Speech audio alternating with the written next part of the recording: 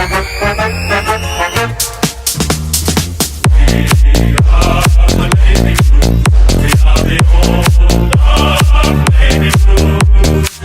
everyone, welcome back to Baggers Chat. We're here to preview the Carlton v Adelaide clash on Saturday afternoon at Marble Stadium, round 5.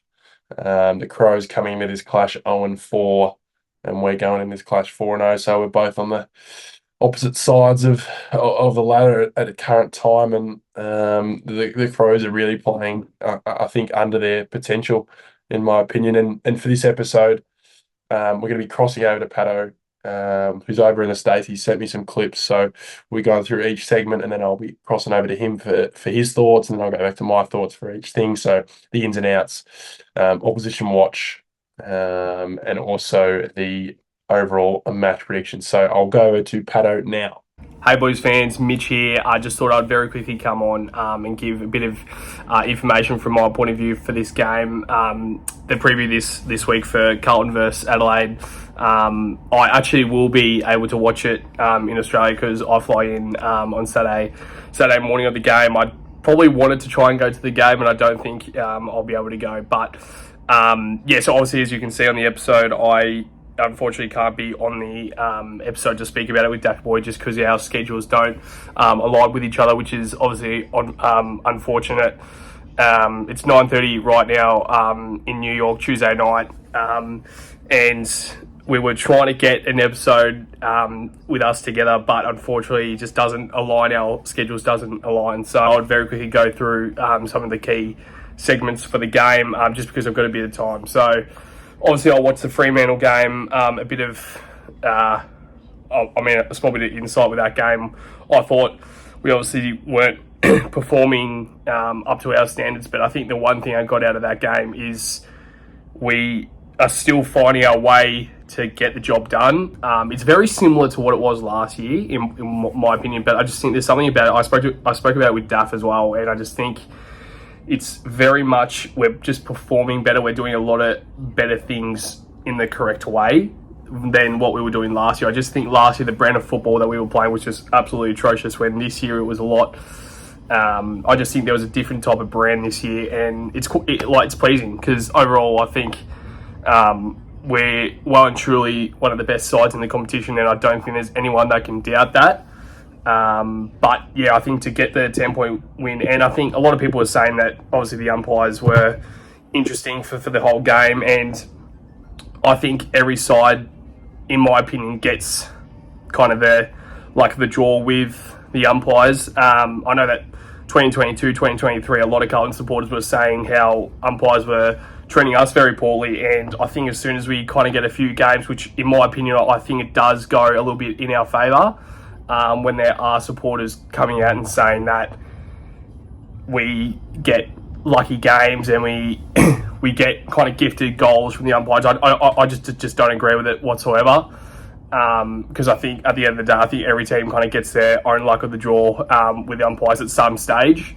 Because I know that 2022, 2023, there was plenty of moments that comes to my mind, but I just don't think Daff or I really comment on it, just because I don't think it's really worth it, because we kind of understand that at the end of the day, it's a professional sport, and I think umpires are absolutely trying their best. And as I said, I think there will be some luck of the draws for some games, and for also pretty much every team.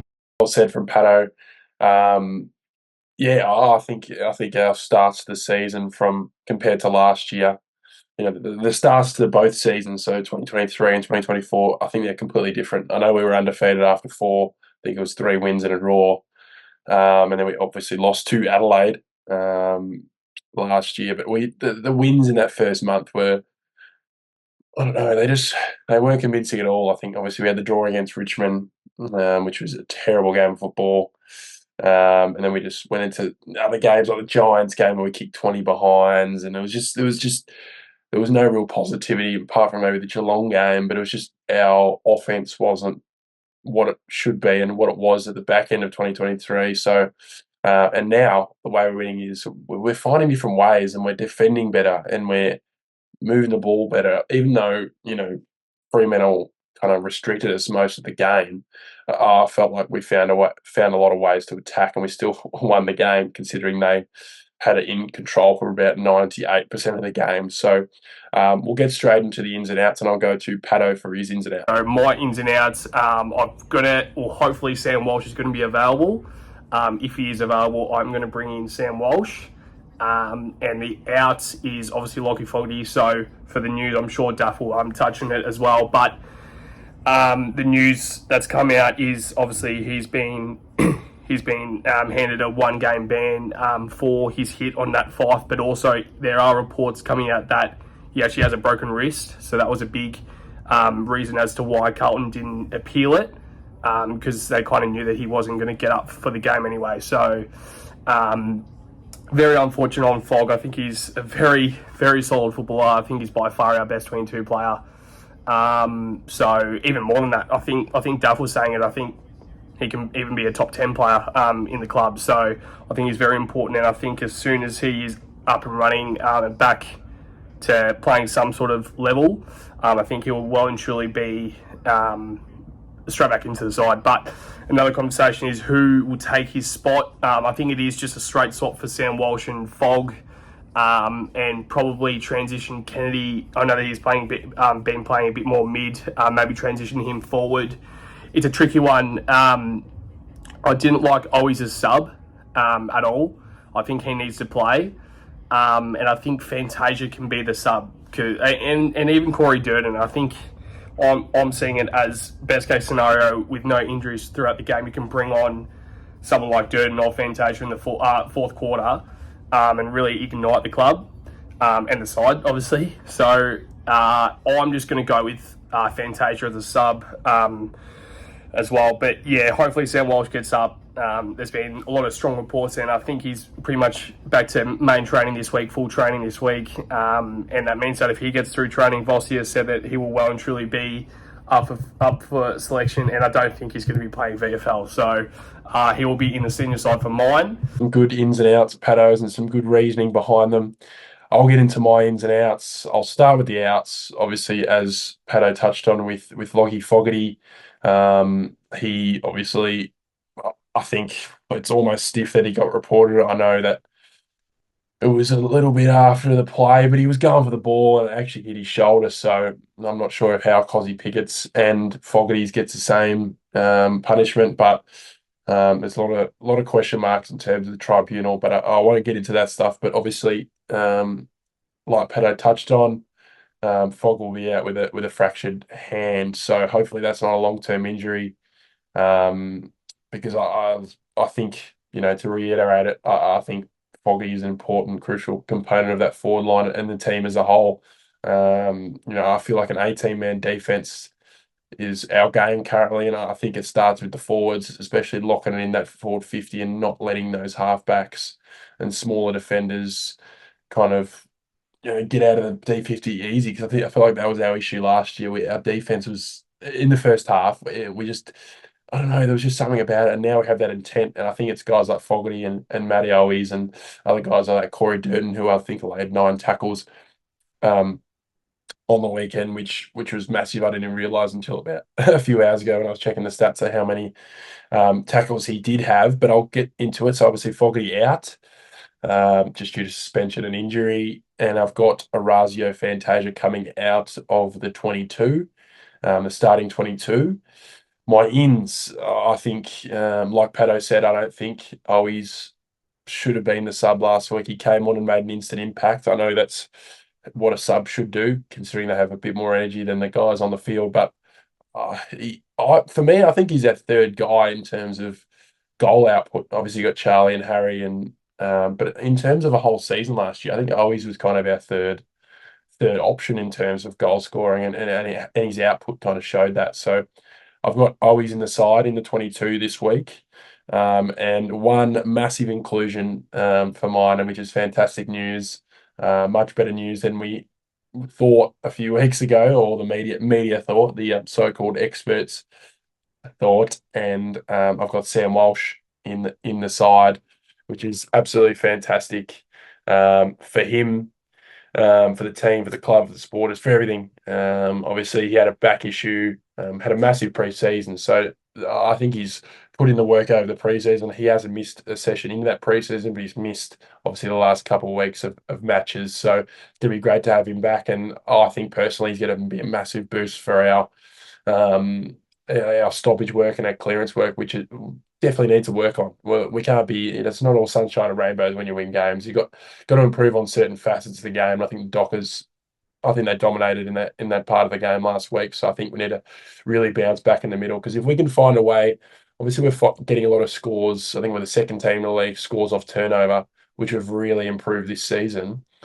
I think if we can get both our transition offense game working and our clearance and stoppage game working, I think we're going to be a force to be reckoned with the superstars we have up front. So we'll get into the opposition watch. We'll start with the defence, and we'll go to Patto for his defence. Now, opposition watch, I've just gone with backline, midfield, forward. So backline, I'm going with Brodie Smith from the Crows. I've had a look at their lineup. It's, dare I say it, I don't think it's too strong. So I think it's well and truly a chance for us to get a big score, especially under the roof at Marvel. I think it's a big opportunity for guys like Harry Mackay and Charlie Curnow. I think Jordan Butts is the guy that's going to go to Harry Mackay, and who else? Maybe Michael Lanny is down there as well, who could go to Charlie Curnow. But other than that, there's probably not too many other options for the Crows. If I have a quick look, there's something about them. I actually had them quite high up in the for my predictions at the start of the year. I thought they were actually going to be quite solid, but yeah, they've not showed it so far this year. Jordan Butts probably can go. I mean, Mark Keane, but he's not really a key back. He's kind of more of a rebounding key back, and he's getting a lot of the ball. I think you can probably put Michael Lanny. That's all. And I'm sorry, but Charlie Curnow versus Michael Lanny, I think that can be a massive game for Charlie, but also Jordan Butts on Harry Mackay. My God. There's also Josh Worrell, who can play as a back, but other than that, realistically, I think this is a big chance. We haven't had a blowout game yet. I know that North Melbourne was to a stretch, but that's also North Melbourne. I think Adelaide is a side that, if we can really get going against a side like that, I think it will really get our confidence up and going. I have to agree with Patto with the midfield. I think their impact has just not been great. I know they might have the numbers, as he touched on with Crouch. I think he's an accumulator, and his metres gained kind of proves that. They get like 35 a few weeks ago. I think it was against the Dockers, I believe, over there at Optus Stadium, and I think his metres gained was 100 or something like that. And there's a few players that have been kind of pointed out in the last few weeks. One from Essendon, Darcy Parish, which was I think he had over 30 and had 50 metres gained. So when you think about it, 30 touches, 50 metres gained, that's equivalent to one long kick at the footy. So that just shows to me, I don't know, their impact isn't great considering the numbers they've been getting. The one guy I think he's been down on form, as Patto touched on. I think Jordan Dawson's the guy we've got to watch out for. In all sorts of scoring chains, they're finding a way to get him the ball. I know their scoring has been down, but they're still finding a way to get him the ball in the middle of the ground, whether it's from half back, they're handing him off. So I think we've got to kind of force an issue for them to force guys like Crouch to enter forward 50, and guys like Laird, rather than having Dawson entering the forward 50, because he's a great kick. He's a beautiful left foot. So I think we've just got to watch out for that, and maybe force him not to be that last kick inside 50 before hitting up a Tex Walker or Rankin or Rochelle. And now we're going to go off to Patto for the forward line. But now moving into the forward, another threat for the Crows is Isaac Rankin. I'm going with Isaac Rankin there. You could also put Taylor Walker, of course. He's a guy that's been up there as one of the best key forwards in the competition. But there's something about Isaac Rankin. Last week, he didn't convert, if I have a look at his stats. Yeah, so 1 goal last week and 3 behinds. So there was a few opportunities from his point of view to really get going. But, he just couldn't find a way to actually get it done and actually damage the scoreboard. So he's another guy that if he can turn that 1 goal 3 into, I guess, 4 goals straight, that can be a worry. So I'm going with Isaac Rankin for the forward opposition watch. Rankin is definitely a threat up there, Patto. Just for me, they've been really been down on form, but I think obviously as a forward line, as a team, they've been down on form. Obviously, I'm not trying to, I just think they're playing really under themselves, and I don't think it's going to be an easy game, especially for our defense. I think our defense can hold up against these guys, but they've got a lot of weapons down there when they're on form. I think they've got Fogarty down there, they've got Rochelle, um, and a few others down there, Rankin, obviously, and one guy I think he's just been down on form. I think he missed the first week, and it's Tex Walker. He was edged out for the Coleman by Charlie last year, and I thought he had a superb year. It was a career best year at I think what is he, 33, 34. So um, I think he's one to watch out for, especially under the roof. He's a beautiful keeper footy, so I think we need to limit his opportunities and shots on goal. And yeah, I think he's one to watch out for. But the smalls as well. I think Rochelle and other players like that are just cause issues if you let them off the leash. So we'll move on to our match predictions. I'll start it off with Patto. Usually when we're together, I usually start off the predictions, but we're going to go with Patto and let's see what he has to say for his predictions. Match predictions, I'm going with bag of the game. You can't. I feel like I'm silly.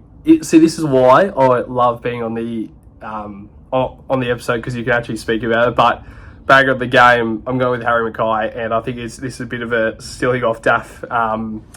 Because he's it's pretty much his favourite player, and he's starting to become my favourite player as well. So I think he is going to be the bag of the game, and the reason for that is if he goes on Jordan Butts, and Jordan Butts is a great defender, of course. I don't overrate him whatsoever, but I just think there's something about it where Harry Mackay under the Marvel roof. If I was an Adelaide supporter, I would be quite worried. But so Harry Mackay for bag of the game. Point of difference, I'm going with Sam Walsh. I wanted to try and go with maybe an Owies, maybe being upgraded from the sub to the best 22, but point of difference, you've got to go Sam Walsh. I'm just going to be excited to see him back playing. Point of difference, Sam Walsh for me. Now, winner plus margin. There's some people that might be a little bit surprised by this, but I don't think it's surprising at all. I've gone Carlton by 59 points, 1 point off 10-goal win, and I don't think there's any excuses this week, especially with a lot of our players coming back from injuries. I think Elijah Hollands is good to go. I was kind of saying I think he is good to go, but also I haven't seen a lot of reports, so I don't want to say too much about that. But I think Elijah Hollands will be all good to go, so that's pleasing to hear. But if he's not good to go, I think maybe it might be a debut for Ashton Moyer, because realistically there's no one else that can really come in to fill that role, because now that Fogg's out and Cunners is injured, Jack Martin is injured, and I don't even want to start with Jack Martin. My God, now it's 5 to 6 weeks injured. I'm sure Duff would have plenty of things to say about that. But just overall, I think we're starting to get a lot of injuries, but we're still finding ways to win games of football. And this is something that we didn't see last year. Like, we saw it at the start of the year, but we were 3-0, and then I think we lost to Adelaide, and that's when the losing streak started. Unless we were 4-0, we may have been 4-0. But it's the same thing here. Like, we are 4-0 now, but I just very much rate this side so highly, and I think we can really get up and running. So great predictions, Patto. It's always exciting to see what you have to say and others have to say in terms of predictions. It's often especially when we weren't playing great footy last year, we always found a way to tip us. But I think now we've got the proofs in the pudding now that we're a good football side. So I'm going to go into my predictions. Bagger of the game. I looked at a post yesterday about when we played the Crows back in 2022, round 8, not round 20. We'll forget about that. I was unfortunately there in Adelaide, which was not good. But the round 8 win, I think we won by 50 or 60. Charlie kicked 5 or 6. He was best on. He was starting to get back into his, he was only 7 games in since his return. So had a fantastic game, and for me, the bagger of the game against the Crows this weekend will be Charlie Kerner. I think he'll kick 5 or 6. Had a ripper against Freo with a tight tight defence. I think it was so hard to kick. His three was almost worth six on the weekend. So Charlie's my bag of the game. My point of difference, I couldn't go away from him. I just could not go away from him. And it's Sam Walsh. And I think, as I touched on earlier with a stoppage and clearance work, I think he is going to provide so much for that midfield. And it's going to be interesting to see how they run with Carroll and that through there. We've got a lot of midfield depth in the 22, so it'll be interesting to see selection. I think selection will kind of be similar to the way me and Patto have sorted it out, but it'll be interesting to see because it's going to be a headache when we have a lot of midfielders in there. You got Kennedy's in there. I think Kennedy will play that kind of forward role, but also put himself in the midfield because I think he's definitely best 22 and he's capable of it. So I'll move on to my winner plus margin. Obviously, no questions asked. I've got the Blues winning the game. I don't think it'll be comfortable. I think the Crows will have a real crack early in this game, but I think we will just. I just think we're better than them. I don't want to be, cocky or like as a Freo guy. Freo people told me I was apparently cocky in the last video, but I think we'll win by 29 points. That pretty much wraps up the video. Thanks everyone for supporting the channel over the last 4 seasons. I can't believe it's the fourth season. We've been through a lot on the channel, a lot of losses early on, and now we're getting the reward as us supporters are getting the reward for our loyalty throughout the previous dull periods of the club. So thank you from me, and I'll send it to Patto to finish it off. Nah, I mean, it's good watching the Blue Baggers abroad. I think it's tricky, obviously, with the time zone, but it's always an absolute blast trying to keep up with the Blue Baggers. But I know that the clip that I said last time, I was saying a little bit too much of the love you all, but I mean, I'm not going to say that. Every single Blue Bagger, like, comment, subscribe, do it all. And I will see you guys back on the official episodes for the review of the Adelaide game. Don't have my scarf with me, but Up the Baggers.